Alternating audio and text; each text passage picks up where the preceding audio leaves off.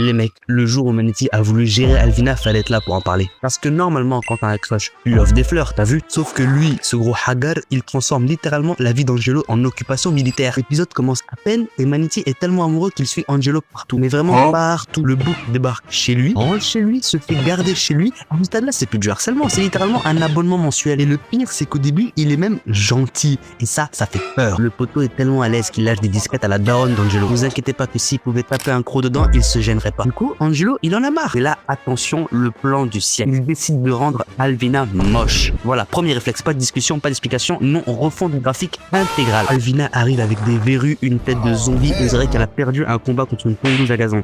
Et Manity, il voit ça et il se dit quoi? Hé, je suis pas vraiment une beauté, tu sais. Je comprendrais parfaitement que tu ne veuilles plus jamais me voir. Veux-tu m'épouser?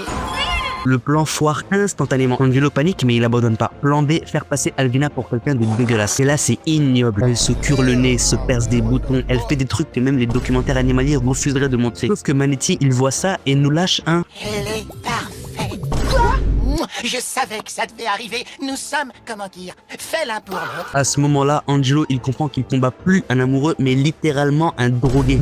Dernier plan, faire croire à Manity qu'Alvina l'aime. Le mec devient fou de bonheur. Il est prêt à tout changer, ses vêtements, ses habitudes, même embrasser un chat. Un chat, frère. On est monté à des niveaux de manipulation psychologique jamais vus dans Angelo la débrouille. Et vous savez très bien que dans Angelo la débrouille, c'est pas la manipulation qui manque. Et c'est là que le piège se referme. Aucune femme ne peut me changer. Je suis un animal sauvage qui vit à la sauvage. À deux doigts de nous lâcher un RP Astérion. Il largue Alvina lui-même, fait un discours sur sa sauvagitude et s'en va dans le coucher du soleil. Comme s'il venait de quitter l'amour de sa vie après 3 jours de relation. Tout le monde est soulagé, mais au moment où tu crois que c'est fini, Je peux revenir? vous pensez vraiment qu'on se débarrasse d'un Hagar pareil aussi facilement? Bref, si vous voulez que je parle plus de dessins animés comme ça, abonnez-vous.